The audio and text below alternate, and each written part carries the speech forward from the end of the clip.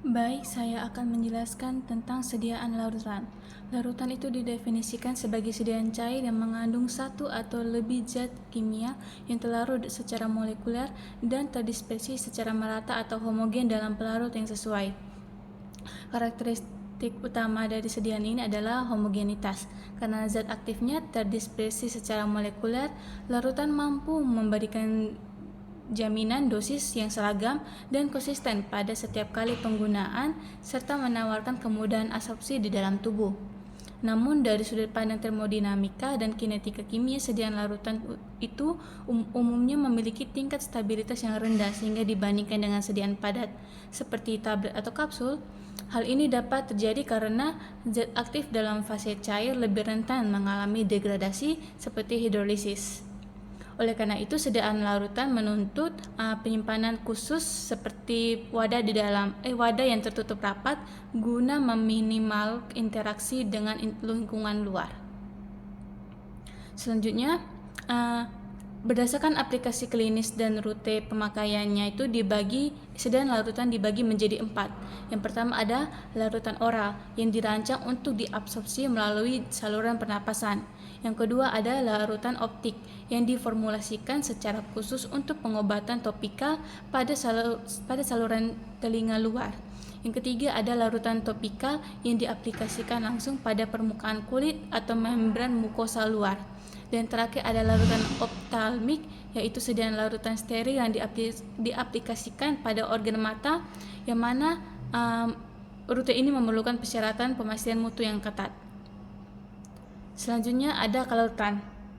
Nah, kelarutan itu merupakan ekspresi kuantitatif dari kemampuan maksimum suatu zat untuk larut di dalam pelarut tertentu hingga mencapai titik jenuh dan membentuk sistem yang homogen. Nah, istilah larut dalam farmakope itu diaplikasikan secara kompresif, di mana fokus utamanya adalah kemampuan zat untuk bercampur secara merata, walaupun terkadang melibatkan perubahan kimia tertentu selama proses pelarutan berlangsung. Nah, untuk menyamakan persepsi dan permudah hitungan formulasi di laboratorium itu menggunakan istilah bagian. Nah, secara standar zat padat 1 bagian setara dengan 1 gram, sedangkan zat cair 1 bagian setara dengan 1 ml, dan volume pelarutnya selalu dihitung dalam satuan mililiter. Selain itu, perlu diingat bahwa fenomena kelarutan sangat bergantung pada temperatur lingkungan. Data kelarutan spesifik tercantum dalam literatur yang ditetapkan suhu standar 20 derajat Celcius.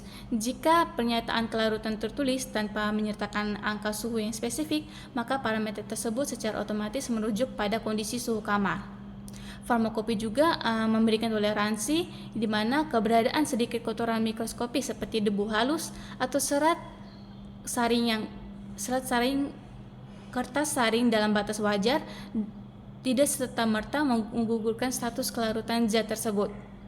Selanjutnya ada istilah kelarutan. Istilah kelarutan ini yang mana adalah suatu sediaan farmasi mendeterminan utama yang mengendalikan proses pembuatan, stabilitas produk, serta selama masa simpan hingga profil absorpsi obat di dalam tubuh pasien. Ketika kita menghadapi bahan obat yang suka larut, kita dipaksa untuk menerapkan strategi formulasi khusus seperti penambahan kosolven atau pemanfaatan teknik modifikasi fisikokimia. Farmakopi juga mengklasifikasi tingkat kelarutan zat berdasarkan jumlah bagian pelarut yang dibutuhkan melarutkan suatu bagian zat larut. Sebagai contoh, zat dikategorikan sangat mudah larut jika memerlukan kurang dari satu bagian pelarut. Kategori mudah larut berkisar 1 hingga 10 larut, memerlukan 10 hingga 30, agak sukar larut 30 sampai 100 bagian, dan suka larut berada pada rentang 100 hingga 1000 bagian. Jika suatu zat memerlukan 1000 hingga 10.000 bagian pelarut, zat tersebut dinyatakan sangat sukar larut dan dikategorikan praktis tidak larut apabila membutuhkan lebih dari 10.000 bagian pelarut untuk bisa terdispersi secara molekuler. Selanjutnya ada faktor fisika yang mempengaruhi kelarutan. Yang pertama ada suhu. Secara umum, kelarutan zat padat akan meningkat seiring dengan kenaikan suhu. Proses ini disebut sebagai fenomena endotherm, di mana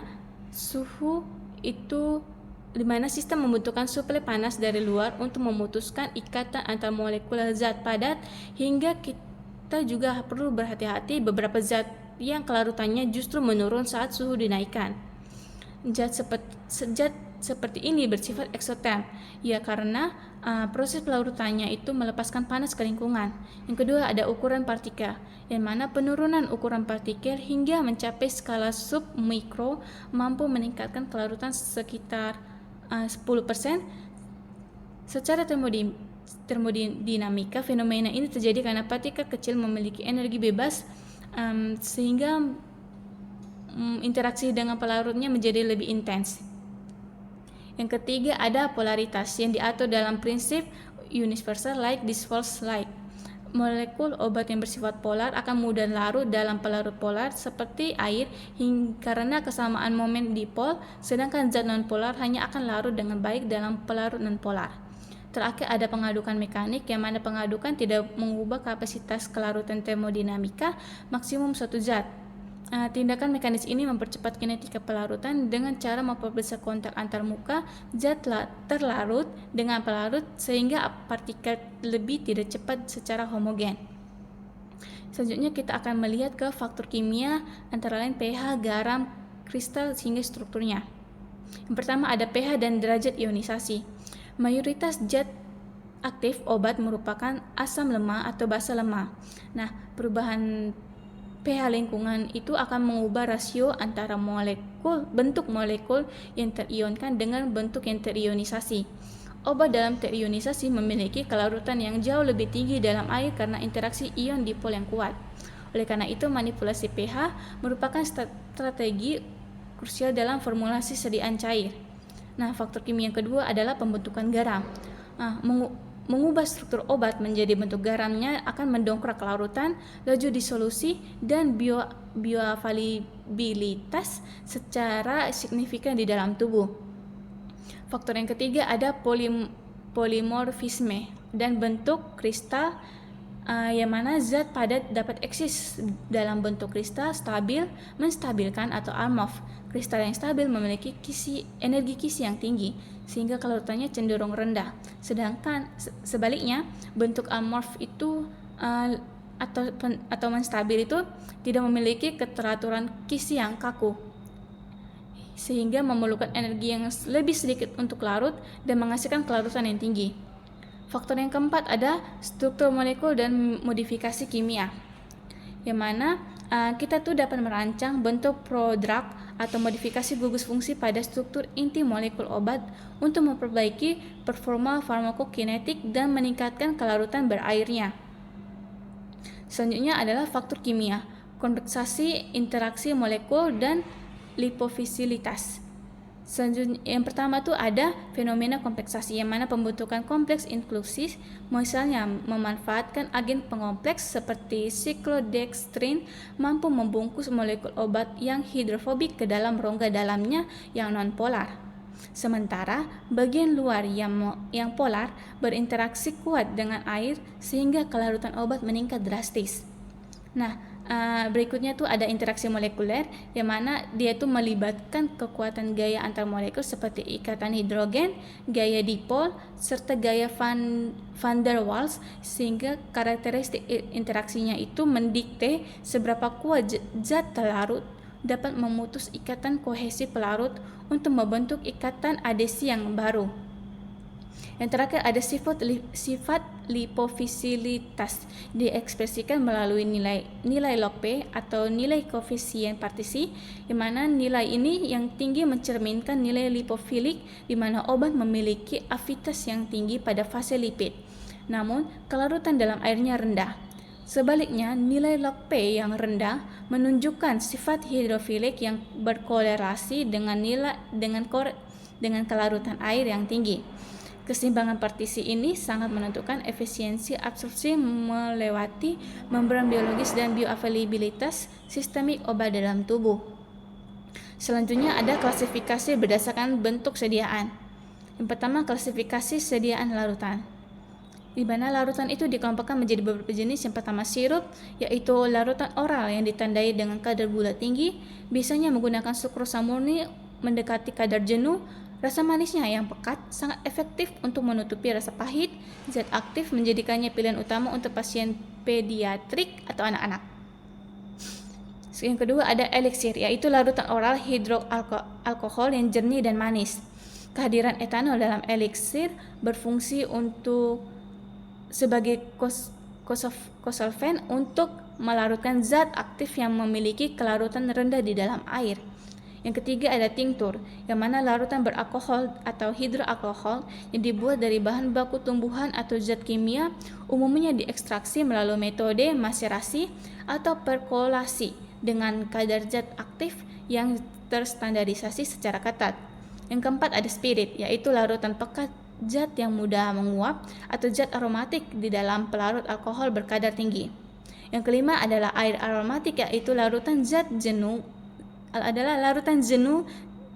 zat mudah menguap atau minyak aciri media air yang fungsi utamanya itu bertindak sebagai pelarut beraroma atau flavoring agent.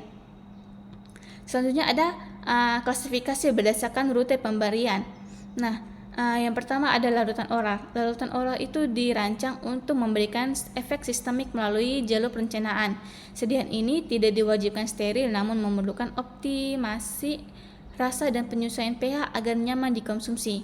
Yang kedua ada larutan topikal, diaplikasikan pada kulit atau mukosa untuk efek lokal, dan umumnya mengandung antiseptik atau antiinflamasi. Selanjutnya ada larutan optalmik atau tetes mata, yang mana memiliki regulasi formula yang ketat. Tetes mata itu wajib hukumnya berstatus steril, isotonis dengan cairan mata, bebas dari partikulat asing, serta memiliki pH yang mendekati fisiologis air mata sekitar 7,4 guna mencegah pengeluaran air mata berlebihan atau iritasi. Selanjutnya ada larutan otik atau tetes telinga, yang mana digunakan secara lokal di saluran telinga, umumnya menggunakan pembawa yang agak kental seperti gliserin atau minyak untuk memperlama waktu kontak obat. Selanjutnya ada larutan nasal atau tetes semprot hidung, itu diformulasikan isotonis dengan pH 6,5, dengan keunggulannya itu adalah vaskularisasi yang kaya, memungkinkan absorpsi zat aktif berlangsung sangat cepat. Ada larutan inhalasi atau nebulizer yang diberikan secara langsung ke dalam percabangan paru-paru, yang mana wajib steril dan menghasilkan droplet partikel yang sangat halus agar dapat berpenetrasi hingga ke alveolus itu untuk mengatasi kondisi darurat seperti bronkospasme pada asma. Selanjutnya ada kelebihan dan kekurangan sediaan larutan, yang mana itu kelebihan utamanya adalah sediaan larutan itu laju absorpsinya yang sangat cepat karena zat aktif sudah berada dalam bentuk terlarut, sehingga meniadakan fase disolusi di dalam tubuh. Selanjutnya menjamin homogenitas dosis yang tinggi, menawarkan fleksibilitas pengaturan dosis berdasarkan volume cair, serta ramah untuk pasien yang mengalami kesulitan menelah, seperti lansia dan anak-anak. Kekurangannya itu terletak pada aspek stabilitas yang rendah. Larutan berbasis air merupakan media yang sangat ideal pertumbuhan mikroorganisme, sehingga mutlak memerlukan penambahan zat pengawet. Larutan juga rentan mengalami jalur degradasi kimia seperti hidrolisis dan oksidasi yang dapat mempersingkat umur simpan produk. Dari sediaan logistik, kemasannya juga berupa botol kaca atau plastik yang menjadikannya lebih berat, bervolume besar, dan memiliki risiko tumpah atau pecah yang lebih tinggi selama proses distribusi. Selanjutnya ada komposisi sediaan larutan. Komposisi sediaan larutan ini yang mana komponen intinya itu adalah zat aktif yang bertanggung jawab memberikan efek terapeutik. Komponen keduanya adalah pelarut atau pembawa, di mana air murni atau purified water menjadi opsi utama dalam industri farmasi. Untuk menjaga kestabilan zat aktif dari fluktuasi pH lingkungan, kita perlu menambahkan larutan penyangga atau buffer. Peningkatan viskositas juga sering dikombinasikan untuk mengontrol sifat aliran atau reologi larutan. guna memastikan akurasi penuangan dosis serta memperbaiki estetika penampilan fisik sediaan. Selanjutnya ada proteksi sediaan, di mana kita tuh mengintegrasi zat pengawet antimikroba untuk menekankan kontaminasi bakteri dan jamur. Antioksida ditambahkan khusus sebagai agen proteksi bagi zat aktif yang memiliki potensi redoks rendah dan mudah teroksidasi. Terakhir adalah meningkatkan penerimaan dan kepatuhan pasien. Formula larutan oral disempurnakan dengan penambahan pemanis atau flavoring agen guna menyamarkan rasa pahit atau gentir pada zat aktif obat. Selanjutnya ada metode pembuatan sedan larutan, di mana aspek manufaktur atau metode pembuatan. Dalam merancang proses pembuatan itu wajib mengacu pada sifat fisikokimia bahan yang tertera pada monografi resmi Farmakope. Yang pertama ada metode pelarutan langsung, simple dissolution. Metode ini adalah paling sederhana di mana zat aktif memiliki karakteristik mudah larut, langsung dimasukkan ke dalam pembawa, lalu dilakukan pengadukan mekanis dalam bucket gelas atau Erlenmeyer hingga membentuk larutan yang jenuh yang homogen. Yang kedua adalah metode co-solvency, yang mana teknik ini diterapkan apabila zat aktif memiliki kelarutan yang lebih buruk di dalam air murni. Langkah strategisnya adalah melarutkan zat aktif terlebih dahulu ke dalam pelarut campur atau co-solvent seperti etanol, propilen, glikol atau gliserin, kemudian ditambahkan air secara bertahap sambil terus diaduk. Yang ketiga ada penggerusan atau triturasi, yang mana ditujukan pada zat padat yang berbentuk hablur atau kristal berukuran besar, yang mana zat tersebut digurus terlebih dahulu di dalam mortar untuk memperkecil ukuran partikel. Berdasarkan hukum Noyes-Whitney, pengecilan ukuran itu memperluas area permukaan kontak sehingga secara signifikan mempercepat laju pelarut obat. Yang keempat ada metode pemanasan, di mana digunakan untuk memanfaatkan energi panas untuk meningkatkan energi kinetik sistem. Kenaikan energi kinetik akan mempercepat pemutusan ikatan solut sehingga zat menjadi lebih cepat larut. Proses ini biasanya dilakukan di atas tanggas air atau water bath, namun metode ini memiliki batasan yang ketat, yaitu mutlak dan tidak boleh diaplikasikan pada zat yang aktif, bersifat termolabil atau mudah menguap.